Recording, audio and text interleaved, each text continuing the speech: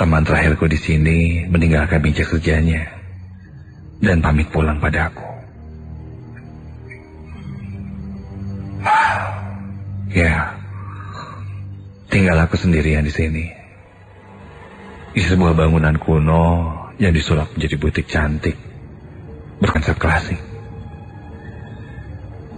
Sebenarnya butik ini masih belum officially buka. Jadi masih tahap renovasi dan beberapa barang pun masih berantakan. Aku tidak tahu pastinya apa alasan sang pemilik memilih tempat ini untuk dijadikan butik. Karena katanya banyak rumor yang tersedat tentang tempat ini sebelumnya. Katanya angker. Bangunan rumah Belanda yang kosong sudah beberapa tahun. Dan tak pernah dihuni. Tapi jujur, beberapa hari aku bekerja di sana. Aku belum pernah sama sekali merasakan keanehan apapun. Yang ada malah tempat itu kupikir nyaman, adem dan dingin. Sampailah pada hari itu. Hari itu pertama kalinya aku berada cukup malam di kantorku. Aku bekerja sebagai PR untuk butik ini. Ya, baru 4 hari aku bekerja di sana.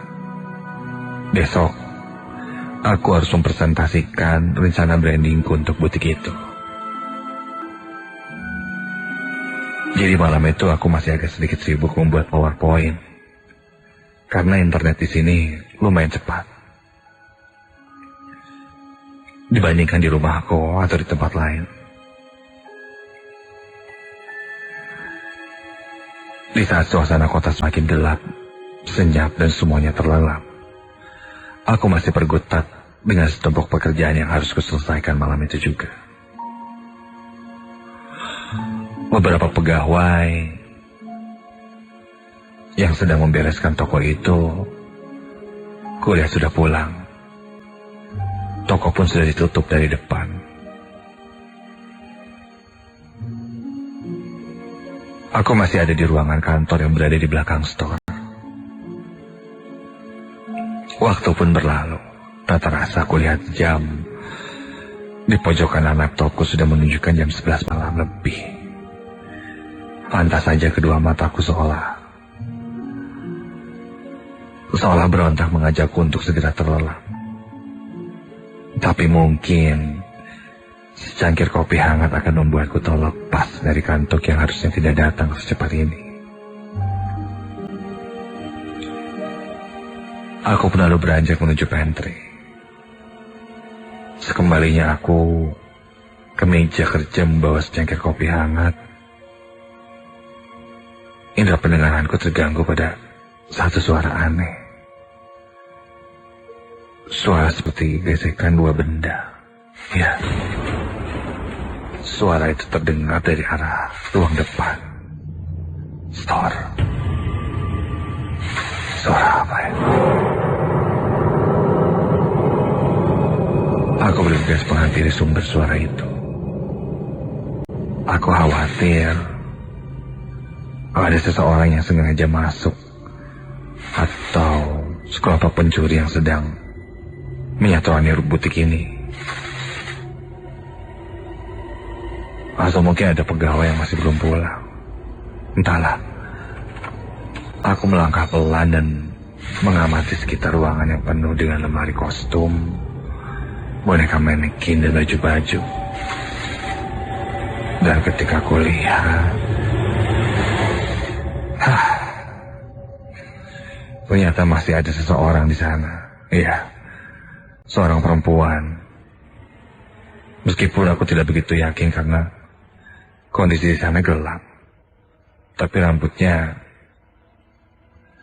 dikepang, aku yakin itu perempuan. Dia sedang duduk di dalam ruangan itu.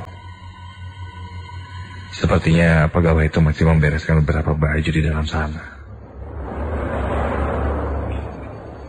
Belum pulang? Kok gelap kayak gini sih? Gak dinyalain lampunya?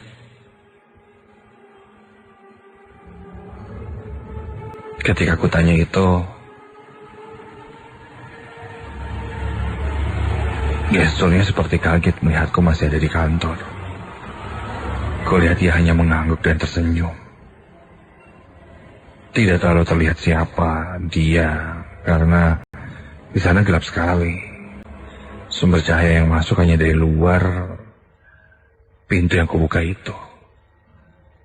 Ini mulai mencurigakan. Apa mungkin ada pegawai yang ingin mencuri? Aku buru-buru mencari saklar dan mencoba menghidupkan lampu di ruangan itu. Sambil mataku terus terjaga melihat ke arah perempuan itu. Aku berjalan mundur sampai tempat aku nyalakan saklar itu. Aku masih terus perhatikan perempuan itu yang tidak beranjak. Dia tetap duduk, namun sepertinya dari bahasa tubuhnya dia nampak ingin berlari. Dan ketika aku nyalakan, loh, hah? Orang yang sedang duduk tadi itu hilang. Hah? Kok hilang? Apa dia sembunyi? Tapi buat apa? Hei, kamu! Keluar! Mataku coba menelusuri ke setiap sisi butik ini yang tidak terlalu besar. Semua bisa terlihat. Jelas tidak ada siapa-siapa di dalam ruangan itu. Yang kulihat hanya baju-baju dan manekin-manekin berbentuk manusia yang terpajang. Cukup berantakan di sana. Karena memang butik ini masih baru. Sampai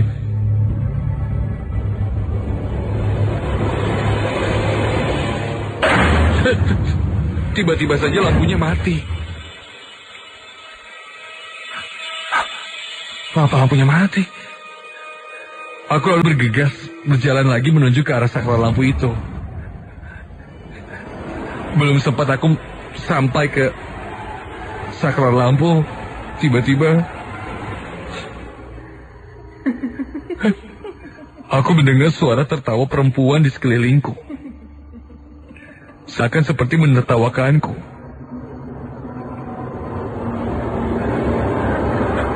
Aku memperlambat gerakanku. Perlahan-lahan. Aku lalu menyalakan senter dari handphoneku. Aku mengarahkan senter di handphoneku itu ke setiap sisi ruangan.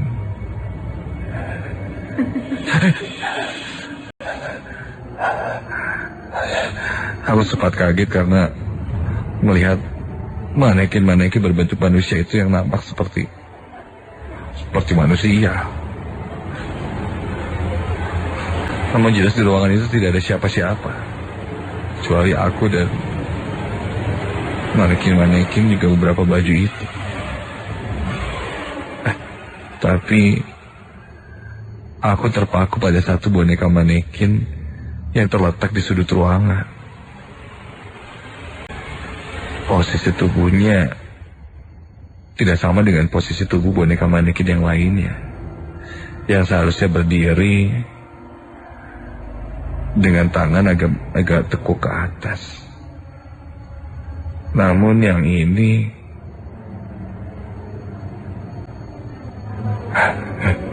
posisi tubuhnya berdiri tegap dan kepalanya menunduk.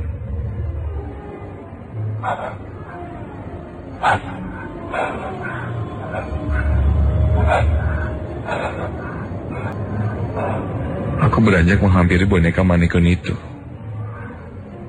Boneka manekin itu terlihat berbeda.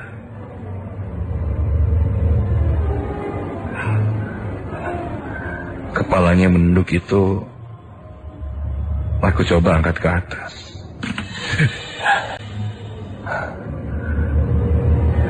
Kini wajahnya berhadapan denganku. Iya, boneka manekin itu wajahnya terlihat benar-benar seperti manusia. Apalagi sudah diberi baju dan dipakaikan wig. Kuperhatikan agak sedikit berbeda boneka manekin ini dengan boneka manekin lainnya.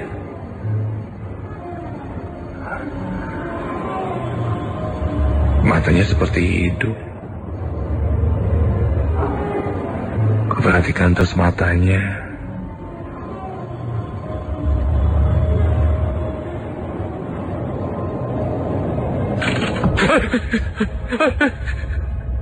Manekin itu berkedip. Itu dan tangannya perlahan kini bergerak dengan sendirinya. Tangan boneka manekin itu perlahan bergerak seperti akan berjalan. Aku sontak terkejut hingga menjatuhkan telepon genggamku itu dan kini semuanya menjadi gelap. Kemudian ia menggerakkan kepalanya sedikit demi sedikit. Semakin jelas kini boneka itu seakan hidup dengan gerakannya yang kaku. Aku hanya bisa terdiam tidak percaya. Kedua bola mataku pun seakan terkunci pada satu area, yaitu boneka manekin itu. Aku coba berjalan, melangkah mundur selangkah demi selangkah dengan hati-hati. Dan aku menabrak sesuatu di belakangku hingga menimbulkan suara gaduh.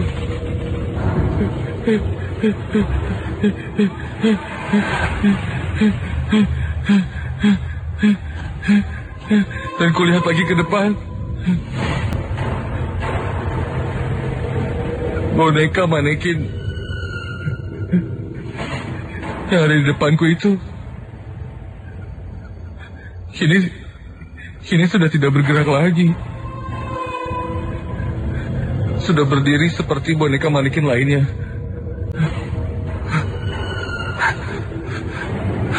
Kenapa? Apa ini cuma imajinasiku saja? Hingga tiba-tiba sesuatu menggelinding di depan kakiku.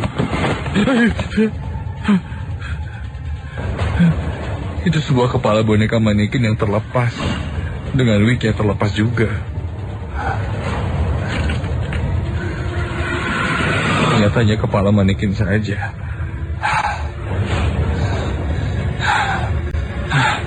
Mungkin ini semuanya imajinasiku saja karena aku terlalu capek. Aku refleks menendang kepala manekin itu.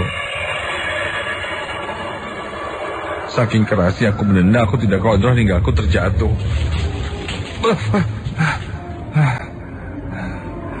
Aku terjatuh dan berangsur mundur.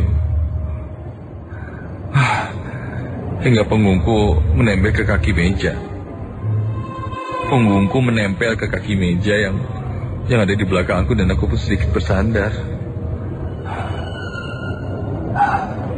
Aku coba mengatur nafasku.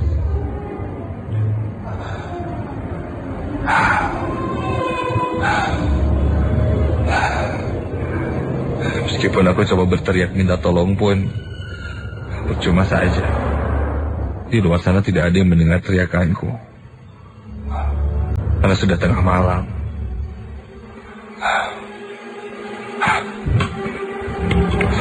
Aku kembali coba beranikan diri. Di dalam gelap itu aku berusaha mencari ponselku yang terjatuh tadi.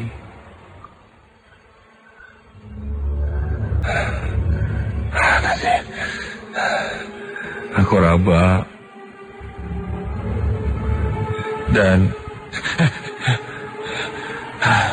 bukan handphone yang aku dapat, tapi aku malah meraba kepala manekin yang terjatuh tadi.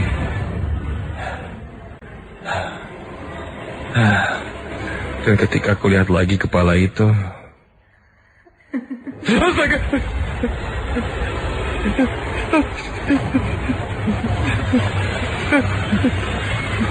Kepala manekin yang terjatuh itu berkedip dan tersenyum padaku. Wajahnya tersenyum dan matanya membelalak padaku. Dia tertawa sangat menyeramkan.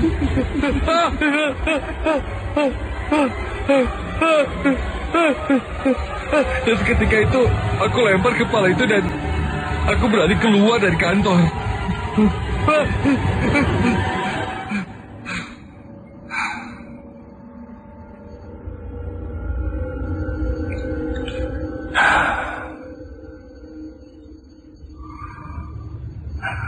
Ketika itu aku langsung pulang. Esok harinya, setelah aku mempresentasikan rencanaku, aku pun bercerita pada teman-teman di kantorku dan berkata bahwa ternyata benar rumor yang beredar selama ini bahwa tempat itu mungkin dulunya angker. Kejadian malam itu membuatku berpikir 2 kali untuk melanjutkan karir di butikku itu. Setelah 3 bulan, aku pun resign dari butik itu. Setelah kejadian itu, memang beberapa kali sering ku dengar jika malam ada orang yang berjalan-jalan di dalam butik itu. Ada suara tertawa perempuan. Ada yang sering melihat manekin berpindah sendiri. Bahkan ada yang sering melihat seperti ada perempuan yang sedang bekerja di dalam butik itu.